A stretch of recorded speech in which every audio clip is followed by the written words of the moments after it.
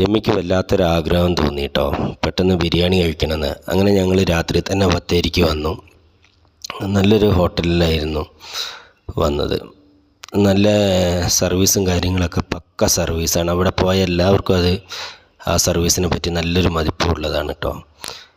അങ്ങനെ നിൽക്കുമ്പോൾ അവർ ഫുഡിനൊക്കെ ഓർഡർ ചെയ്തു. ഫുഡിന് ഓർഡർ ചെയ്ത സമയത്ത് ചക്കരയ്ക്ക് ഒരു ഗെയിം കിട്ടി.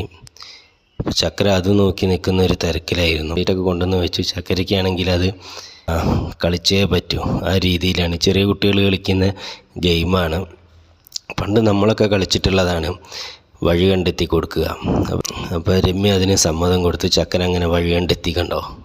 അപ്പോൾ ചക്കരയ്ക്ക് വല്ലാത്ത സന്തോഷം തോന്നി കേട്ടോ, വഴി കണ്ടെത്തി കൊടുത്തപ്പോൾ. അങ്ങനെ ബിരിയാണി ഞങ്ങളുടെ മേശപ്പുറത്തെത്തി. അടിപൊളി ബിരിയാണി ആയിരുന്നു, ഒന്നും പറയാനില്ല. ചക്കരയ്ക്ക് ചിക്കൻ ബിരിയാണി എന്ന് പറഞ്ഞാൽ വല്ലാത്തൊരു ഇഷ്ടവും കൂടിയാണ്. സത്യത്തിൽ രമ്യയുടെ ആഗ്രഹപ്രകാരമാണ് വന്നതെങ്കിലും ചക്കരയുടെ ഒരാഗ്രഹം നൈസിന് സാധിക്കുകയും കൂടിയും ചെയ്യായിരുന്നു കേട്ടോ.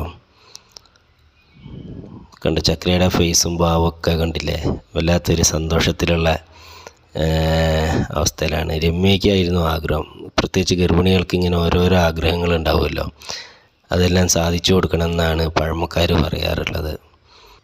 അതിൻ്റെ സൈഡ് ഡിഷൊക്കെ അടിപൊളിയായിരുന്നു കേട്ടോ, ഒന്നും പറയാനില്ല. നല്ല അടിപൊളി സൈഡ് ഡിഷായിരുന്നു. 2 പ്ലേറ്റ് ബിരിയാണിയെ വാങ്ങിയുള്ളൂ. 3 എണ്ണം മുഴുവനും കഴിക്കാൻ സാധ്യതയില്ലാത്തത് കൊണ്ട് 2 എണ്ണം വാങ്ങി. ഞാനും ബിരിയാണി തന്നെയാണ് കഴിക്കുന്നത് കേട്ടോ. ചിക്കൻ ബിരിയാണി കഴിച്ച് കഴിഞ്ഞ് സൂപ്പ് ഓർഡർ ചെയ്തു. സൂപ്പിന് സൈഡ് ഡിഷും ഉണ്ടായിരുന്നു കേട്ടോ, റസ്ക് ഫ്രൈ ചെയ്തതായിരുന്നേ. എന്താ അറിയില്ല, രാവിലെ മുതൽ ശബ്ദത്തിന് വല്ലാത്തൊരു പ്രശ്നം പോലെ. അപ്പോൾ എല്ലാവരും ക്ഷമിക്കുക. Okay, bye bye. അടുത്ത വീഡിയോ ആയിട്ട് കാണാം.